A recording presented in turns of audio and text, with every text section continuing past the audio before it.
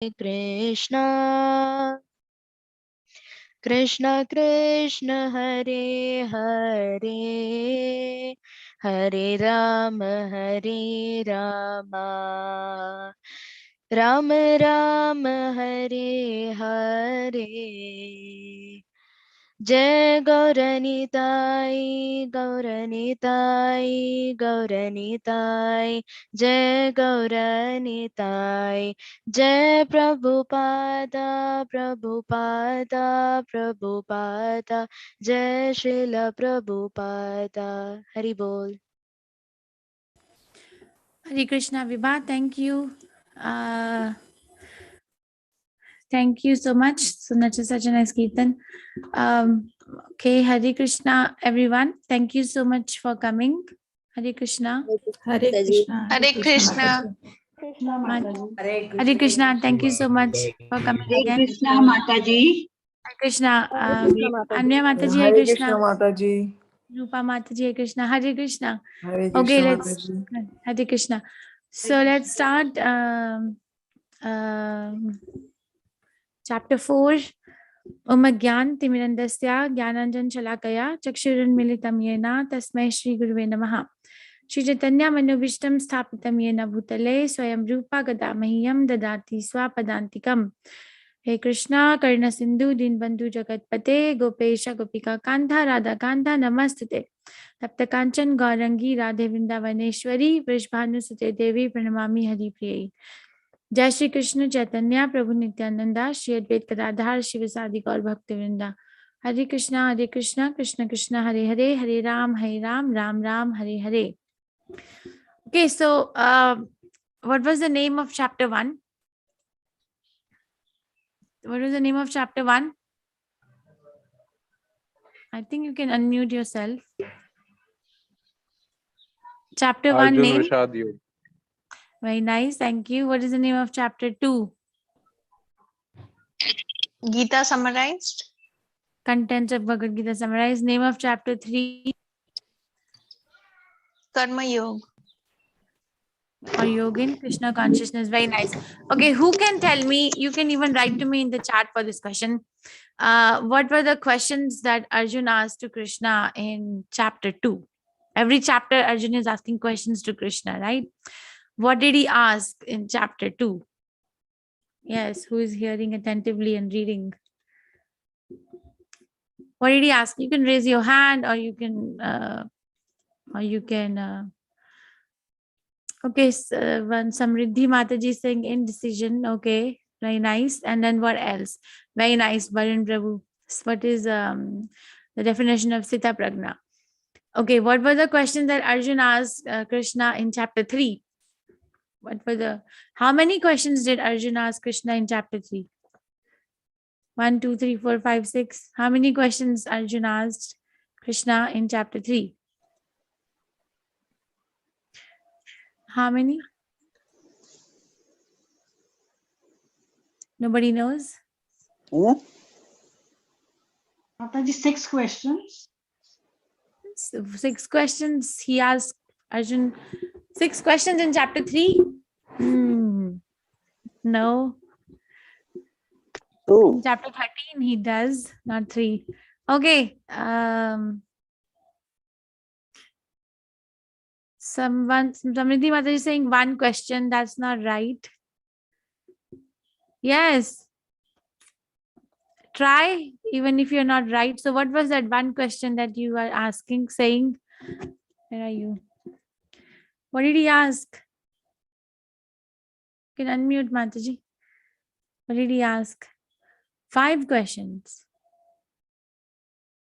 What were the 5 questions? I don't know if he asked 5 questions, but maybe I missed it. What are the 5 questions?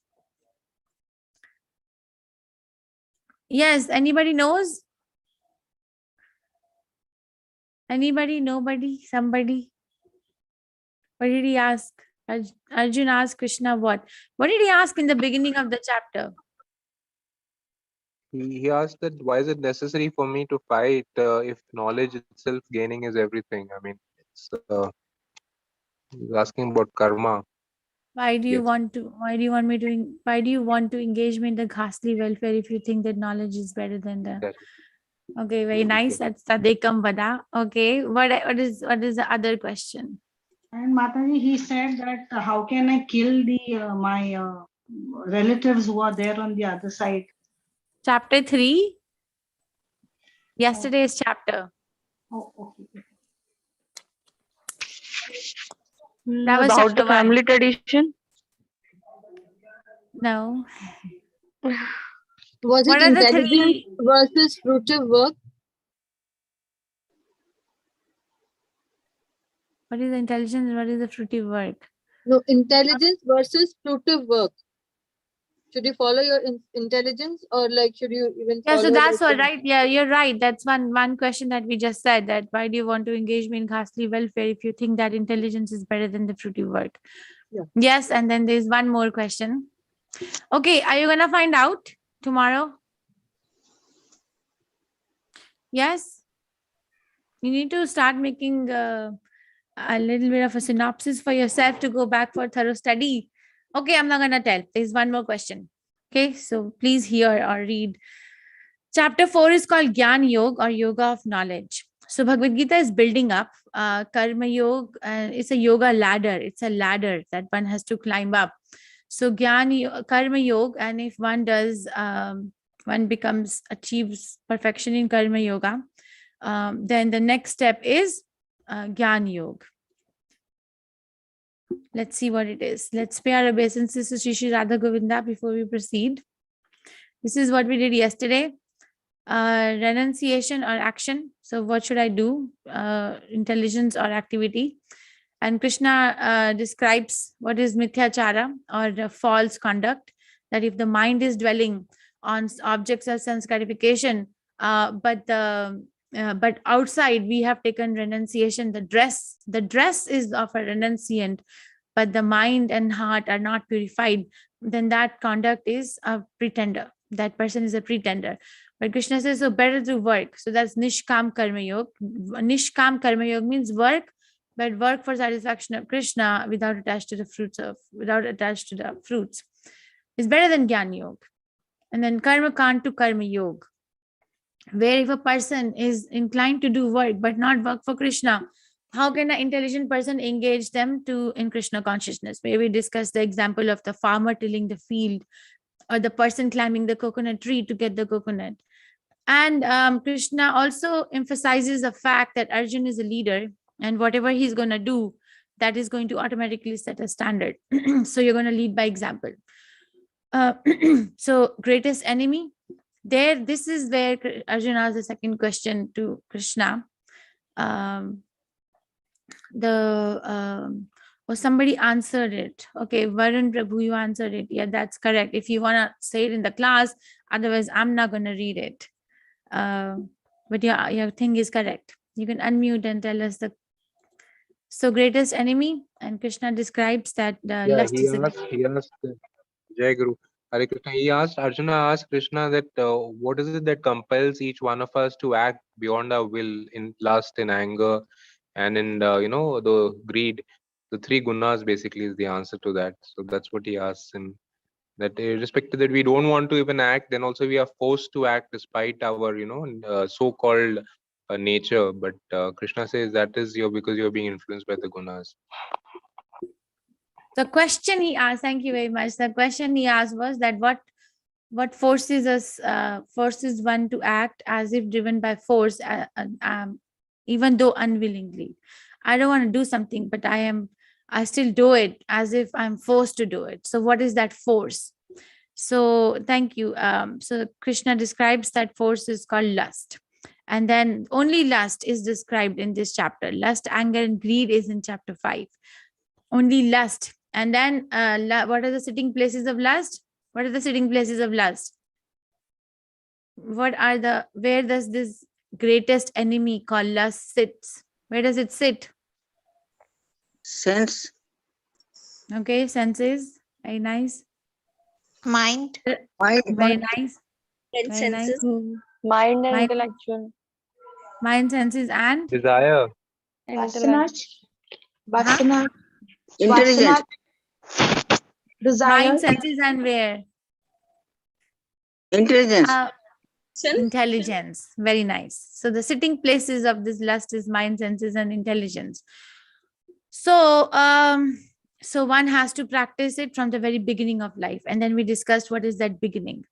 Okay, this is a summary, a quick summary I will give today for chapter 4, Gyan Yoga. Krishna is going to emphasize on the transcendental knowledge. And there's a little bit of a discussion, only a little bit, because the elaborate discussion about who Krishna is a subject matter of Srimad Bhagavatam. But a little bit glimpse is given about Krishna from verse and the transcendental knowledge, which is transmitted in the disciplic succession from verse 1 to 10.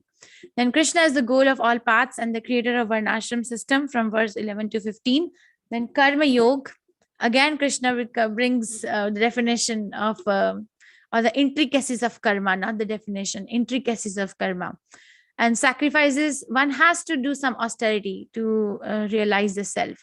It's not that I'm going to sit and then everything is going to happen on its own. No. Sacrifice is essential. It is essential. And Krishna is going to describe that people in different modes do different kinds of sacrifices. For example, a brahmachari sacrifices the sense of hearing. So a brahmachari is not a person who never marries. No. Brahmachari is a person who stays under the authority of a guru in an ashram and dedicates his sense of hearing only for the transcendental knowledge. Does not hear anything other than the subject matter. So they sacrifice that. Or some sacrifice the knowledge, some sacrifice the work, like that. And then summary of transcendental knowledge in the last part. There are 42 verses in this chapter. So Krishna starts the chapter by giving us the history of Bhagavad Gita. When in this particular Kali Yuga, when Krishna spoke Bhagavad Gita first. Arjun thinks he's the first recipient, but let's see. So history of Bhagavad Gita. Shri Bhagavanu Vacha Imam Vivasvate Yogam Proktavan Aham Avyayam Vivasvan Manave Praha Manur Ikshava Abravit.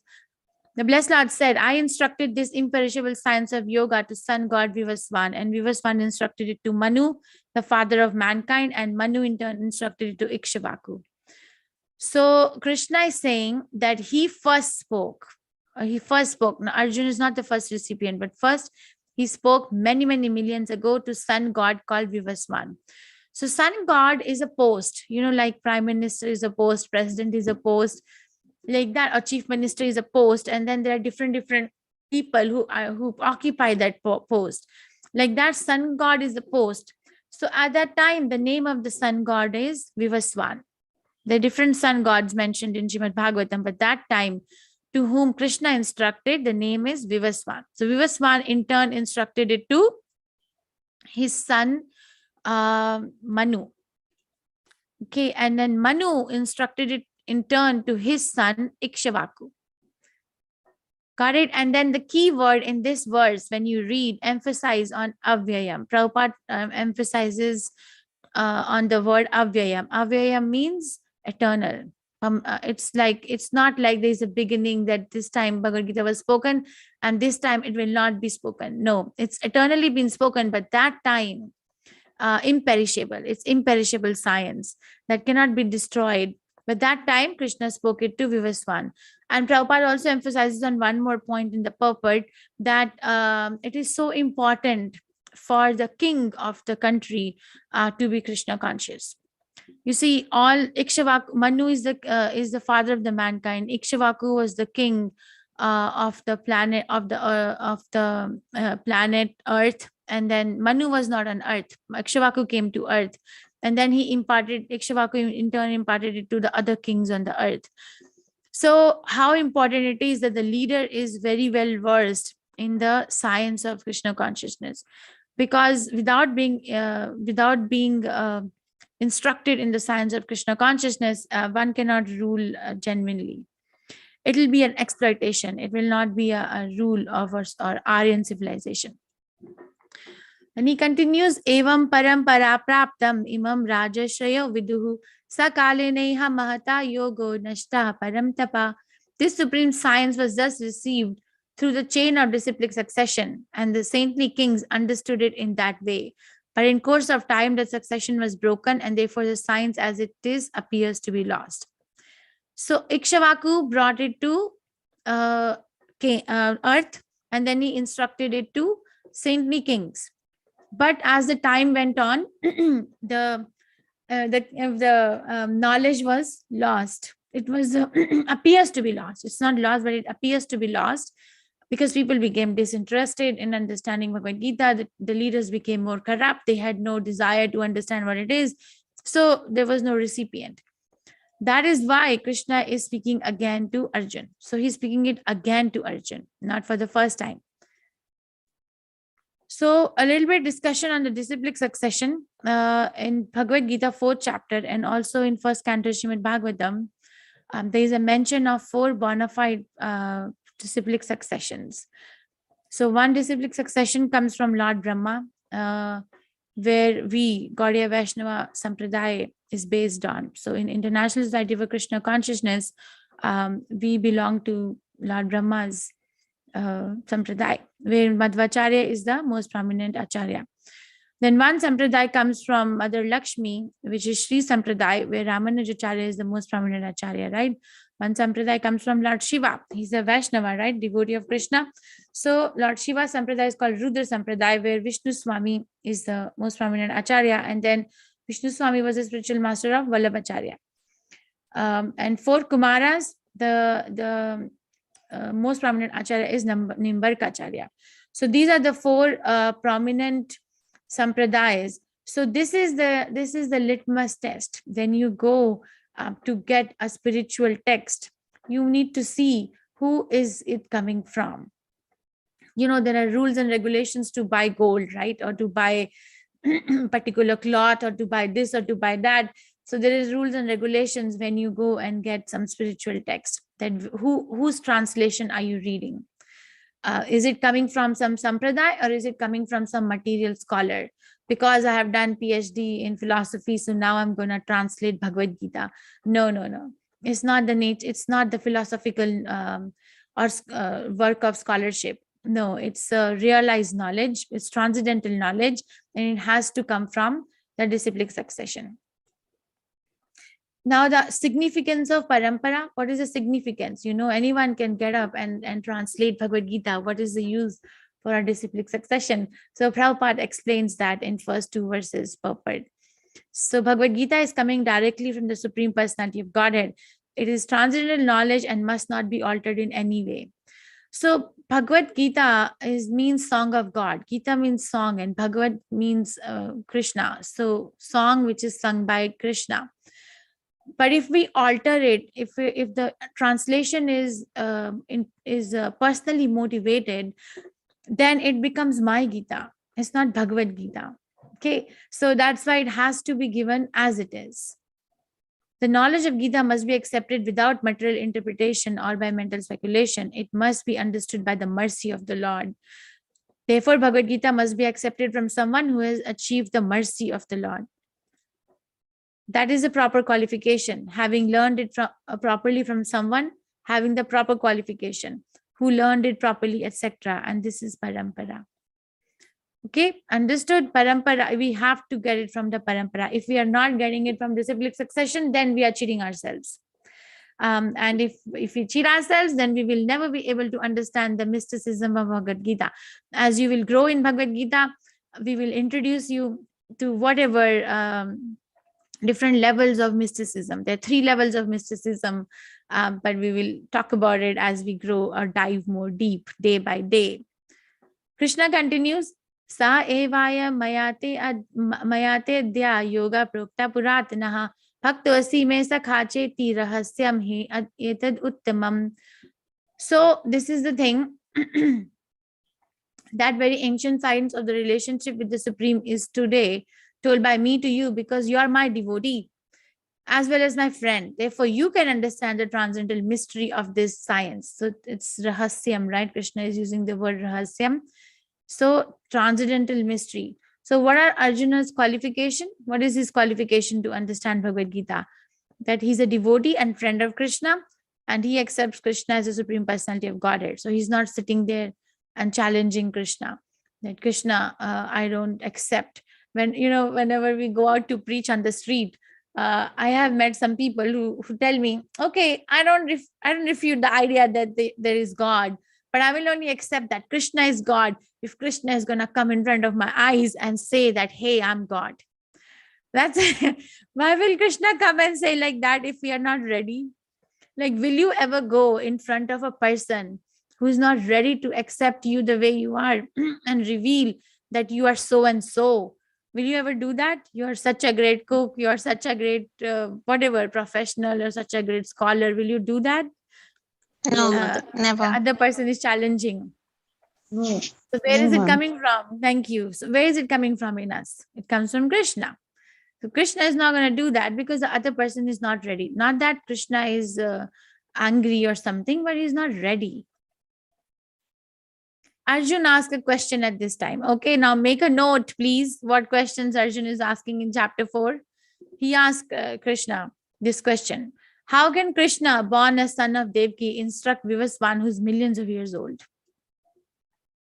Arjunu vacha aparam bhavato janma param janma vivasvataha katham etad vijaniyam tvam adau proktavan iti. Arjun said, the sun god Vivaswan is senior by birth to you. How am I to understand that in the beginning you instructed this science to him? So nice, right? He's asking that how is it possible? Me and you are contemporary. Me and you are almost of the same age. How can you say that you instructed Vivaswan who's millions of years old? So what is he saying? Why does Arjun ask this question? Is it because Arjun doesn't know who Krishna is? Because in 4.3, we just said that Arjun accepts Krishna as the Supreme Personality of Godhead. So what makes Arjun ask this question now? Prabhupada explains, I've just taken the key points out to defy the demoniac and atheistic people who say that Krishna is ordinary. And he wants Krishna to speak authoritatively. Okay, he asked this question so Krishna can speak and defy the demoniac and atheistic mentality. Okay, so but how? You're my contemporary. So let's talk about a little bit of a genealogy of this particular planet, what's happening in this particular creation. And you can read the details. I'm just gonna breeze through it. So this every Divya Yuga has 4 yugas: Satya Yuga, Treta Yuga, Dwapar Yuga, and Kali Yuga. So the duration assigned to Kali Yuga is 432,000 years. Preceding that was Dwapar Yuga, which was double of Kali Yuga, which is 864,000. Preceding that was Treta Yuga, which is 3 times the Kali Yuga, the duration, which is 1.296 million years. And then before that was Satya Yuga, which is 4 times the Kali Yuga, the duration of that yuga, which is calculated to be 1.728 million years. Now, we add all these yugas, it becomes one Divya Yuga, okay, which is 4.32 million years. Now, if we have 71 Divya Yugas, so that means 71 multiplied by 4.32 million years, that becomes one Manvantara, which is this number, 306.72 million years, which is life of Manu. So Manu lives for, there are different kinds of Manu. I think there are 14 Manus. Srimad Bhagavatam first canto mentions, and this is the life of each Manu. Okay, and then now you calculate 14 such Manvantaras. So one means 14 multiplied by 306.72 million years plus 15 Sandhya. So 50 Sandhya means partial devastation, not complete devastation. So that makes one day or 12 hours of Brahma. You know, our half a day is, our one day is 12 hours and one night is 12 hours. So makes 24 hours, right? Like that, his 12 hours is this 14 Manvantaras and 15 Sandhyas, so 4.32 billion years, and the night is the same duration. Okay, so that means one day, our one day is 24 hours, which corresponds to Brahma's one day of 8.64 billion years. Our mathematics, our conversion. You know how if you convert dollar to rupees, this is the value, like that. The value of 24 hours on Earth is equal to 8.64 billion years on Brahma's planet. And Brahma lives for such 100 years. So this is one day. Now this is the final math that comes out, okay? 311.04 trillion years in our math. It appears to be infinity. and an equal number of nights. Sorry. So life of Brahma, the day is this much and the night is this much. Okay, so far our Brahma, from the calculation of Vedic mathematics from scriptures, is 50 years old. So our 50 years is his this many years, 155.52 trillion years old. And so far 6 manvantaras are over, which makes it this math 1851.4285 million years. Okay, and then 27 cycles of 4 yugas are over. Remember, our Manu's life is 71 Divya yugas, so 27 cycles are over. Sorry, that means, and in this particular age where we are, this particular time, we are in Kali Yuga, right? So before Kali Yuga, there was Satya, Treta, and Dwapar, so which is these many years are over, 3.888 million years in this particular cycle. And the Kali Yuga, which we are in right now, is assigned the duration of 432,000 years, out of which 5,117 years are over. We have only passed this many years, only, right? We live for maybe at most 100 years, at most. Nobody is living that time only, very rarely. And if they live for 100 years, they come in newspaper. This person lived for 100 years. Right? So no one is living that long. But in terms of this relativity, this number looks very small. And life of Brahma is 155.52 trillion years, plus you add all these numbers. So that becomes, it is a very insignificant addition, but it is very significant in terms of the conversion in our mathematics. 155.522 trillion years. He's that old. Now, life of Manu, because Krishna said he spoke to Vivaswan and then Vivaswan spoke it to Manu. So Manu's life, let's say. So 27 cycles of 4 yugas are over. Remember, Manu lives for 71 cycles. So 27 cycles, so 116.6400 million years. And then in this yuga, the 28th cycle, which is running, these many years are over. And then in Kali Yuga, these many years are over. So we add all this together to this age of Manu. So the life of Manu is 120.5331 million years in our math. So accepting that the birth of before birth of Manu, Gita was spoken by Lord to his disciple son god Vivaswan, because Vivaswan is the father of Manu. The father has to be born before the son, right? By logic. So if Manu is this many years old, and accepting that that Vivaswan heard Bhagavad Gita before the birth of Manu, then the Bhagavad Gita was spoken about 120 million years ago to Vivaswan. And there is another reference. This is another reference from Mahabharata, Shanti Parv, right? Prabhupada gives all this in the purport. In Mahabharata, Shanti Parv, chapter 348, verse 51 to 52, we can trace out the history of Bhagavad Gita as follows. Treta yugadau cha tato Vivaswan manave mano cha loka vritti artham sutyayeksha swakave dadau ikshavaku na cha kathito vyapya lokan avastitaha. In the beginning of Treta Yuga, millennium, this science of relationship with the Supreme was delivered by Vivaswan to Manu. Manu, being the father of mankind, gave it to his son Maharaj Ikshavaku, the king of this earth planet, and forefather of Raghu dynasty, in which Lord Ramachandra appeared. Therefore, Bhagavad Gita existed in the human society from the time of Maharaj Ikshavaku.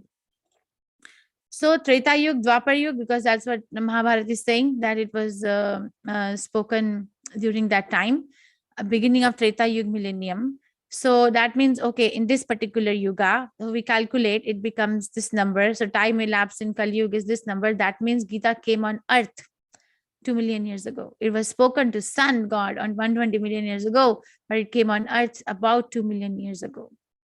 So that is the age of this. That is the age of this book that we have in our hand. Okay, and then Prabhupada gives a little bit calculation of Brahma.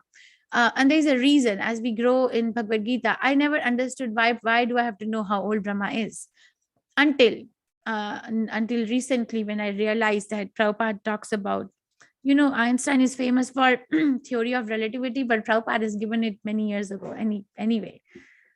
So one day of Brahma is our this 8.64 billion years. Remember the half day is half of it, 3.3 what is it? 1 day is 12 hours. 1 hour, if you do the math, comes out to be this number, 3.6 million, I think. And 1 minute becomes 3, I don't know, 1 stands at 60 lakh. And then 1 second of Brahma is 100,000 years, or 1 lakh. Our 1 lakh years is 1 second of Brahma. So this is how old this science is. And then Krishna continues, because now Krishna is answering what question of Arjun? What did Arjun ask?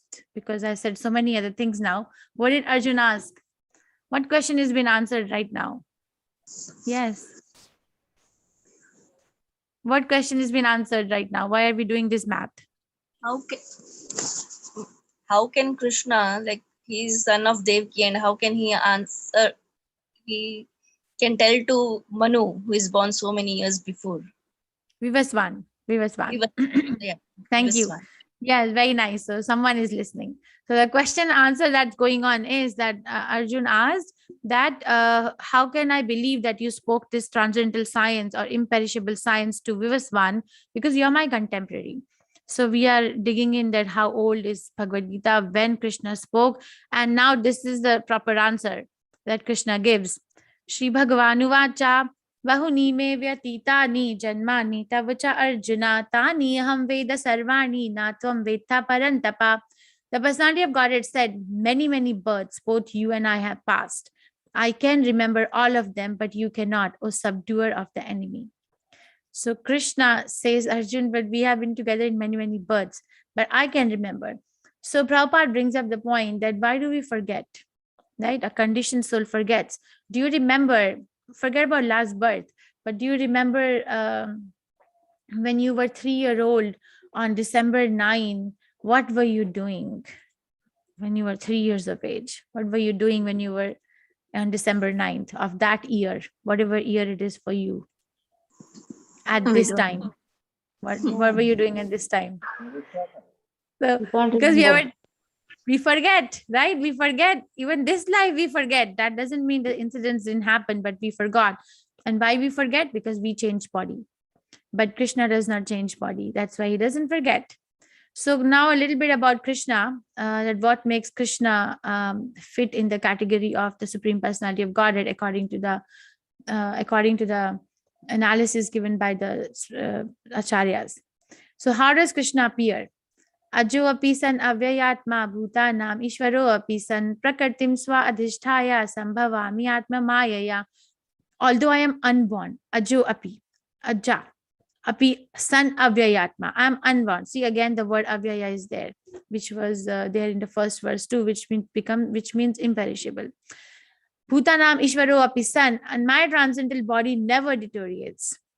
Although I am the Lord of all sentient beings, I still appear in every millennium in my original transcendental form.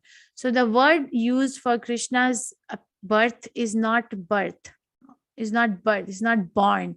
The word used is appears. Sambhavami atma mayaya.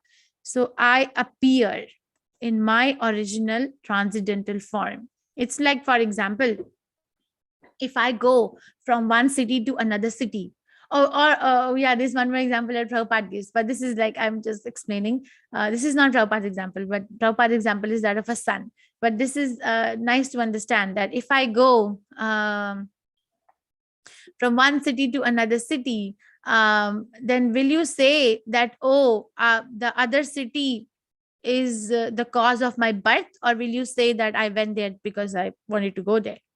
What will you say? The other city is a cause of my birth, or I just appeared in the other city out of my will? What will you say?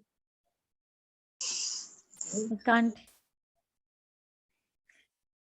Okay, I'll continue. Or Krishna or Prabhupada explains this example of sun. So he says, because sun rises in the east, sun rises in the east, that doesn't mean that eastern side is the mother of sun. Does it mean because sun rises in the east, so the east side is the mother of sun, or just sun rises in the east? What will you? Sun rises. So will you say that eastern side is the mother of the sun? No. Okay, so that. So it just under Krishna's arrangement. Thank you. Sun is rising from the eastern side. So like that, Krishna is not born, like forced to take birth and forced to accept the parents. Krishna appears, and that is transcendental. And when does Krishna appear? What makes Krishna appear? Or when does he appear? Yada yada hi dharmasya glanir bhavati bharata apyudhanam dharmasya tadatmanam sajamiham. Whenever and wherever there is decline in religious practice or descent of Bharata and predominant rise of irreligion, at that time I descend myself. So Krishna comes. This is an external reason. Remember yesterday I was saying whatever Krishna does, there is an external reason and an internal reason. The external reason is that there is decline in religious practice and increase in irreligious activities. Krishna comes to strike a balance, or remove the irreligious acts at all. But the thing is that there's a little bit of a discussion in Srimad Bhagavatam about it, that you see Krishna is the Supreme Personality of Godhead, so he can order anyone to do this work on his behalf. So what makes him appear? He doesn't need to come himself to do all this, to kill the demons or to do this, but he comes. So internal reason for Krishna's appearance is more elaborately explained in Srimad Bhagavatam, 1st canto, 8th chapter, where Kunti Maharani prays that you appear to give pleasure to your devotees. So he appeared. Internal reason is because his devotees wanted him to come. Devaki and Vasudeva wanted him to come. This is irreligion, right? A brother is trying to kill the sister on the day of her wedding. So Krishna came. Why does Krishna appear? Paritranaya sadhu nam vinashaya chadushkritan dharma sansar pranarthaya sambhavami yuge yuge. This is a very famous verse, right? In order to deliver the pious and to annihilate the miscreants, as well as to re-establish the principles of religion, I advent myself millennium after millennium. So Krishna again himself is saying second time that he's adventing himself. So why is he adventing himself? To deliver the pious and annihilate the miscreants. But again, this is external reason, because Krishna has so many subordinates who can do this for him on his order. And there's but he comes internally. He comes internal reason because his devotees want him to come. This Advent, right? This is Christmas time now, right? All over the world. So I don't know if you have heard of this thing called Advent calendar, in which till 25 days of Christmas, there's a calendar in which they try to meditate on the activities of Jesus Christ. So so this word Advent is used in Bible also. What is the benefit of knowing Krishna as he is? What is the benefit of knowing Krishna? Janma karma cha me divyam evam yoveti tatvataha tyakta deham punarjanma neti mameti. So Arjuna, one who knows the transcendental nature of my appearance and activities does not, upon leaving the body, takes his birth again in this material world, but attains my eternal abode, O Arjun. So what is the benefit of knowing? Because we don't spend so much time in knowing about the birth and reason of birth and activities of so many people around us, but we pay so much attention, and it becomes more and more relishing as one advances in spiritual life to know about Krishna. When Krishna appears, why Krishna appears, how Krishna appears, what does Krishna do? What is the benefit? The benefit is that this is my birth and my activities are divyam, transcendental. And tyakta deham punarjanma. Tyakta deham means after leaving this body, punarjanma, to get another body, neti, doesn't happen. Then what happens? Mameti, so Arjuna, that person comes to me. So if one thoroughly realizes Krishna's appearance and activities, they go to Krishna. There's a difference between Krishna's body and our body, even speaking from the gross sense. Krishna's body is spiritual. It's called Satchit and Ananda. So it's Sat means eternal, means there is no time factor, past, present, and future. Chit means it's full of knowledge. Ananda means full of bliss. But our body, we are soul, at least theoretically understand the soul. And then the soul is covered by a subtle body, which is made of mind, intelligence, and false ego. And then based on the conditioning of the subtle body, we get a gross body, which is made of earth, water, fire, air, ether. The gross body that we think I am, which we are so busy in maintaining. But the reason for cross body is the subtle body, and behind the subtle body is the soul. So there's so many layers of the soul. We are controlled by Maya. We don't decide when we take birth, when we die, when we grow old, because everything is programmed. But Krishna is the controller of Maya. Okay, so that's the difference. Has anybody in the history been able to know Krishna? Right? This is Krishna says, Janma karma cha me divyam yo janati tatvataha. So have anyone in the past known Krishna? So Krishna himself talks about it. Vitaraga bhaya krodha manmaya mam upashitaha bhavo jnana tapasa puta madbhavamagataha ye yatha mam prapadyante tam satheva vajamiham mama vartamano nuvartante manushya partha sarvashaha. So Krishna is saying being freed. So Vita means being free. Free from what? Raga, bhaya, krodha. Raga means attachment, bhaya means fear, krodha means anger. So different people come to Krishna because they are very scared of, or they may not come to Krishna, or they may come to Krishna for the same reason, because of a strong attachment, or because of fear, or because of anger, which I will explain in a minute. But Krishna says one who is freed from all these three things, man mana mam upashitaha, takes my shelter, bhavo jnana tapasa puta man madbhavam agataha, can achieve to this transcendental knowledge, and also can achieve my nature. Madbhavam means my nature, and can achieve my nature. But then who will do that? Who will do that? Ye yatha mam prapadyante, one who surrenders to me. So being freed from attachment, fear, anger, being fully absorbed in me and taking refuge in me, many persons in the past became purified by knowledge of me, and thus they all attained transcendental love for me. And the other verse Krishna emphasizes, ye yatha mam prapadyante tam satheva bhajamiham, means as they surrender, I reward. So our elevation in Krishna consciousness is directly proportional to our surrender to Krishna. What are the examples? The example is, let's say in Golok Vrindavan, the cow wants to serve Krishna. So Krishna also embraces the cow. Lord Balram wants to serve Krishna by massaging his lotus feet. So Krishna also does the same thing. So as we surrender, Krishna reciprocates. And what are the degrees of affliction which are the blockers in going to Krishna? Vita, Raga, Bhaya, right? Vita means affliction. So Raga, strong attachment to material life, leads to negligence of spiritual life. Somebody has so many ambitions and passions to explore that they don't have time to read Bhagavad Gita. Right? We are conducting this course free of cost. And I see that first day, we are almost to 50% of what we started with on day one, right? So it is very difficult for a person to progress in spiritual life because of strong attachment, because I want this also, that also. Remember in second chapter, Krishna says Bahushakahi Anantascha, the intelligence who is multi-branched, that person cannot have a Vasatmika Buddhi because it is multi-branched. So when the intelligence is multi-branched, and there are so many push and pulls from here, from there, so how can one becomes focused? So Raga. Bhaya is another blocker in going to Krishna. Fear of personal spiritual identity. For them, merging into impersonalism is highest. Somebody wants to nullify Krishna as a Supreme Personality of Godhead, because saying that Krishna is a Supreme Personality of Godhead, so personality means form, right? There's form. But some of the people are very fearful of accepting God having a form.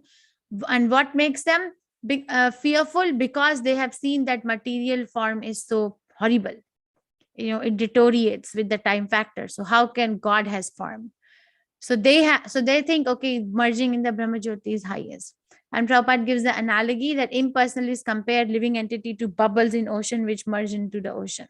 Like if you put a bubble, they say that we are a small bubble, and as the bubble goes and merges in the ocean and you cannot make out where that bubble is, like that we go and merge in the Brahma Jyoti, and then we don't appear where we are. But that's wrong.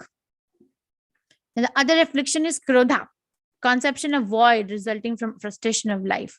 become angry at all sorts of spiritual speculation out of hopelessness, and that person takes to intoxication and accepts hallucination and spiritual vision, right? The hippies, or in some way, we have that too. I have heard in my life, I don't know, tell me if you have heard, that if there is a fight in a house and the fights are becoming more and more frequent, then one person says to another person, I am going to go to the forest and take sannyas. Have you heard of that? Like in this Prajalpa talk in the houses? Yes. Yes. Yes. Yes, Mataji. No. Yes, So Mataji. are they so that sannyas is out of krodha. It has not coming from the right place. That conception of void or taking sannyas is the frustration of life. But that's not spiritual elevation, that person is going to become a very nice Krishna conscious devotee. No. Okay, so person who has strong attachment to material enjoyment, or person who is fearful of the spiritual identity, or person who is frustrated, becomes difficult to go to Krishna. Krishna says one has to be free from all these things. But then he again says that there are some people who will not come because of the material desire. Men in this world desire success in fruitive activities, and therefore they worship the demigods. Quickly, of course, men get results from fruitive work in this world.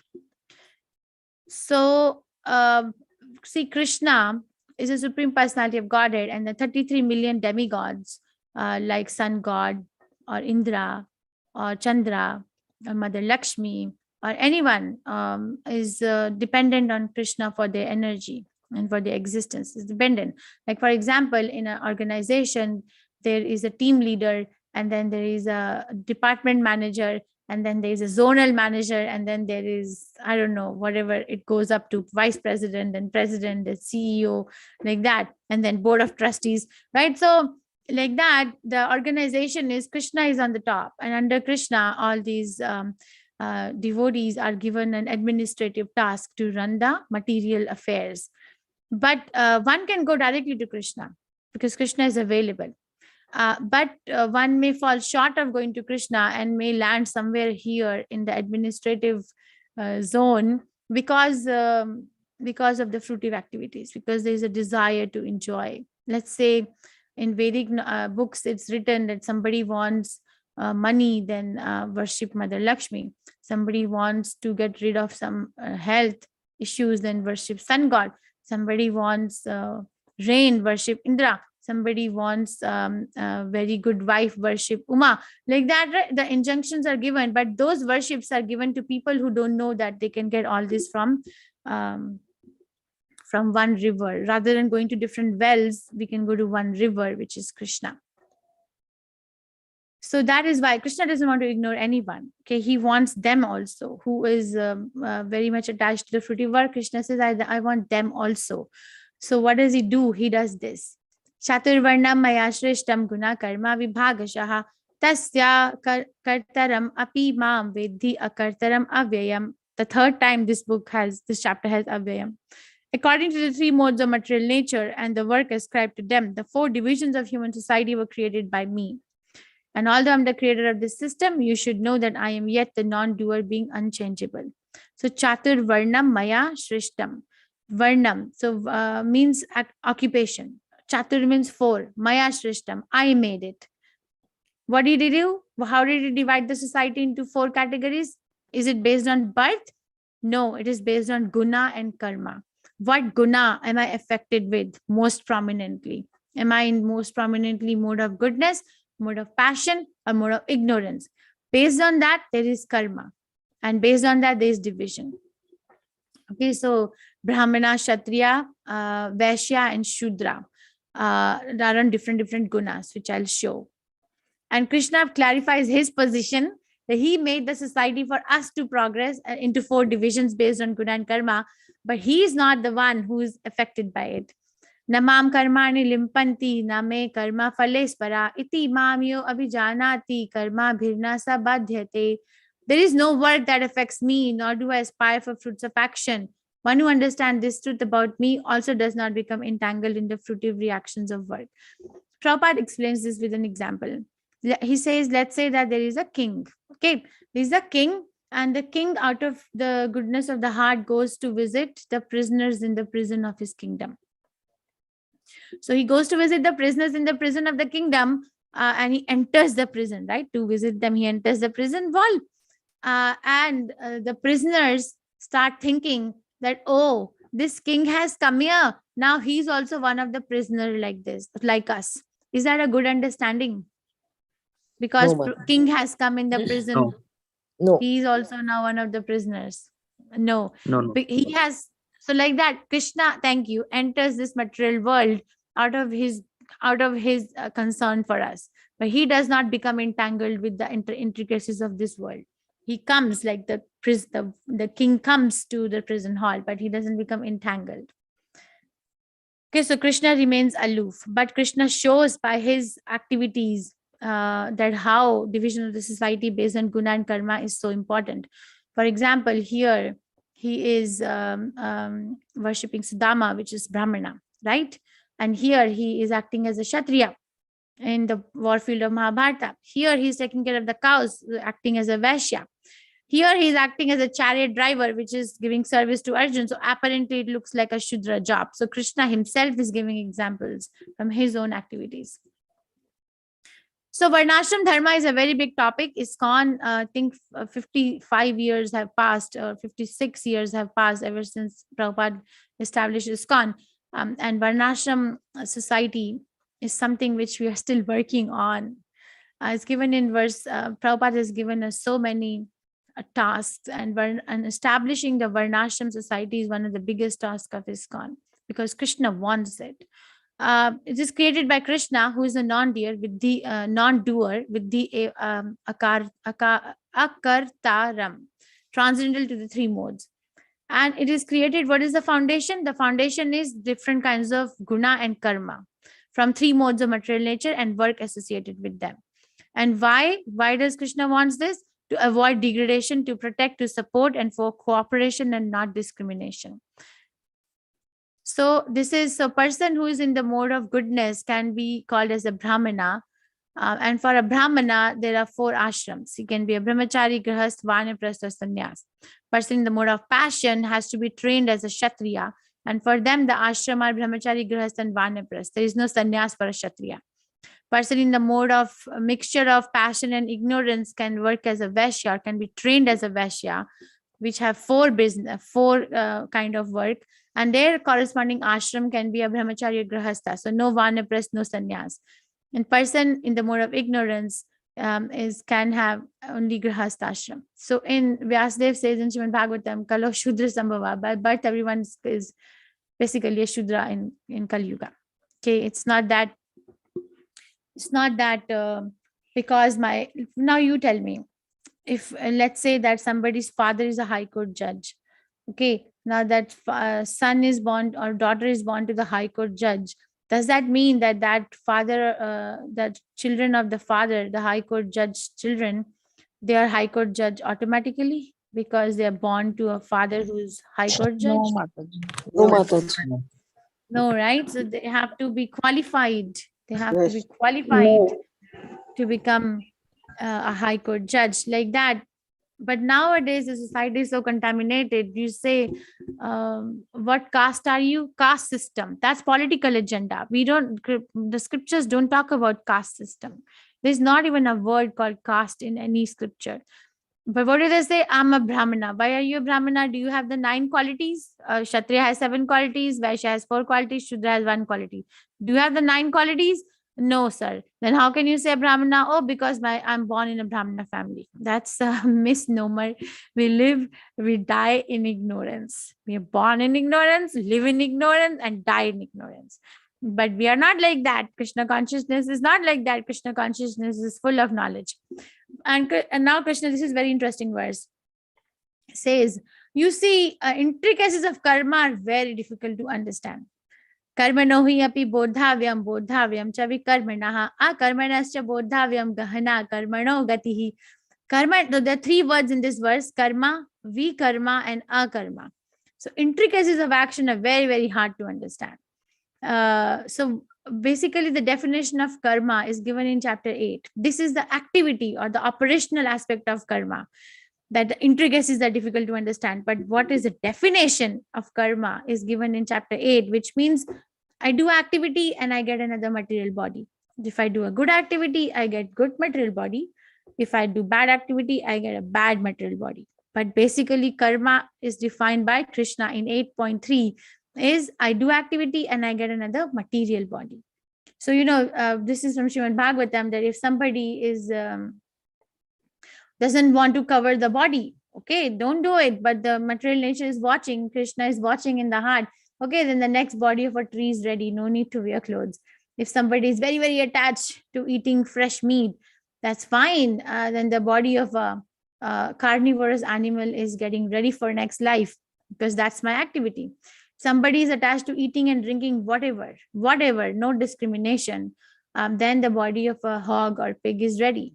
Or somebody wants to sleep 30 hours out of 24 hours, then the body of a animal which hibernates for half a year is ready. So depending on what we do now, we are going to make ourselves another body. So intricacies of action are very hard to understand. Therefore, one should properly know what action is, what forbidden action is, and what inaction is. Karma, vikarma, akarma. Karma is activity which is performed according to one's prescribed duty. Vikarma is a forbidden action, and akarma is devotional service. I do activity and I don't get a material body, but I get a spiritual body. Okay, so vikarma is forbidden action. That person doesn't follow the Veda. They are degraded to lower species and they're not appreciated by saintly people, and they defeat the purpose of life. Karma is follow the Vedas, they're pious, they attain heavenly bodies. But then what happens? They eventually return back to earthly planet. Akarma, on the other hand, is devotional service to Krishna, and they know that fruitive activity binds, and that means rebirth. Now, Krishna, so far, what have we studied? So far, I'm just going to give a quick review, and we are almost done. We have 2 more minutes on this. That Krishna begins the chapter by telling us about the history of Bhagavad Gita. Where we studied that how Vivaswan was instructed by Krishna, and then Vivaswan gave it to his son Manu. Manu gave it to his son Ikshvaku, and Ikshvaku brought it to earth and gave it to saintly kings. But as the time passed, the knowledge was lost. So Krishna has now chosen Arjun to speak Bhagavad Gita again. And the discussion was what makes Arjun a good choice for Krishna, because Arjun is Krishna's friend and Arjun accepts Krishna as the Supreme Personality of Godhead. So he's ready to hear. Then we studied what makes Krishna's a Supreme Personality of Godhead. What are his qualities? So we studied that Krishna's birth is and appearance and activities are transcendental. Krishna's body is transcendental. Krishna comes. External reason is to annihilate the miscreants and to reestablish the conduct of the religious activities or religious practices rather. And then we studied that one who understands this, Janma Karma Chame Divya, one who understands Krishna's appearance and how does he appear, when does he appear, and why does he appear. When they leave the body, they go to Krishna. When Dakta Deham Punarjanma Neti Mam Eti, so Arjuna. And then we had a little bit of a discussion about that who can understand Krishna? Has anyone ever understood Krishna? So Krishna, we discussed Vita Raga Bhaya Krodha, right? Being free from the afflictions of raga, attachment, bhaya, or fear, or krodha, anger. Many people in the past have achieved to the perfection of Krishna consciousness. Then we discussed that what is the qualification to understand Krishna. Then qualification is yathamam prapadyante tam satheva bhajamiham. As one surrenders to Krishna, Krishna reveals them accordingly. Okay, and then Krishna gave us a little bit glimpse of the intricacies of karma. He doesn't spend much time in this activity of karma. Okay, now everyone have to do some sort of austerity to understand the self-realization. So sacrifices that lead to transcendental knowledge. I haven't made much slides on this in this level of class, the level 1 or Understanding Gita in 18 days, but we have elaborate discussions on this as we take you higher. But the reference verses are from 25th to 33rd verse, where Krishna talks about fruits of all kinds of Vedic sacrifices, transcendental knowledge. So we can do different kinds of sacrifices, but the fruit or the goal is to understand Krishna. This leads to liberation and ultimately to pure devotional service. But then one is not going to understand Krishna. Why? What makes one do sinful activity? What makes one? Ignorance, avidya. So avidya is the reason that causes a desire in the heart of a conditioned soul to enjoy the material life, and that is sinful, and that continues one's material existence. This is just given in like a, what do you call, like a glimpse in Bhagavad Gita.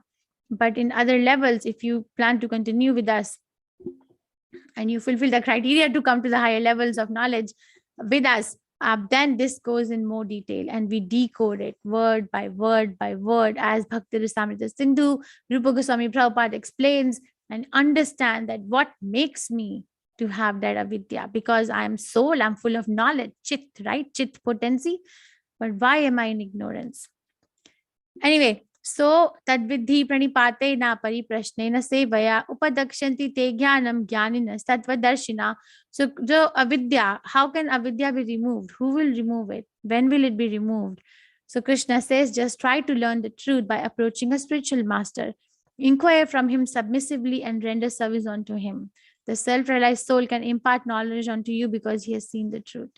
So basically, we need a bona fide spiritual master who can remove this covering of avidya. And what do we do with the bona fide spiritual master? We render service and we inquire submissively. 2 activities. What is the result? The rewards of transcendental knowledge obtained from spiritual master. What is the result? Why there is so much of emphasis? Krishna explains it in 35th to 38th verse. That person will obtain knowledge and realization that all living entities are part of Brahman. With such vision, one will never fall into illusion and will cross over the ocean of miseries, and by knowledge of self and super soul and their relationship, one burns all sinful reactions, achieves self-realization as a mature fruit of all mysticism, and finally gets devotional service. Okay, we don't do devotional service because we have a lot of baggage of sinful activities, which keeps us stopping, which keeps acting as a blocker. But spiritual master can actually remove all that by his mercy or her mercy, whatever it is. Who can achieve transcendental knowledge? Krishna discusses in the last part of the chapter. One who has faith can acquire transcendental knowledge, and one who is free from doubts. He says, Sanshaya Atmas Vinishyati. So a doubtful soul gets vanquished. Doubtful soul, he emphasizes, is never happy in the material world also. Forget about being in the spiritual level. So questions are okay. Questions are okay for clarifications, but doubts, there are some people who doubt everything. Have you had that experience, that who doubt everything? Like, is it a daytime or a nighttime? And you show them that it's daytime. Really? It's daytime? I thought it was nighttime. Have you had that? I mean, that's doubtful. Are you really the owner of this house? Really? I thought that person was the owner. Whatever. So that's doubt. Okay. And curiosity and questions are okay, but not that doubting everything.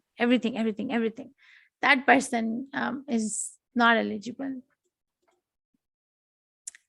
Oh, then at the end, please remember, if you didn't remember anything in this chapter, please remember the last 2 parts because tomorrow's chapter will begin where this chapter ends. Please remember these 2 things. At the end of Jnana, or giving him the knowledge, he wants Arjun to stand and fight. Jnana is not culminating in armchair philosophy. Jnana is, or knowledge is culminating in activity. So no sinful reactions can affect one who perform his duty with transcendental knowledge. Slash with knowledge all doubts born of ignorance.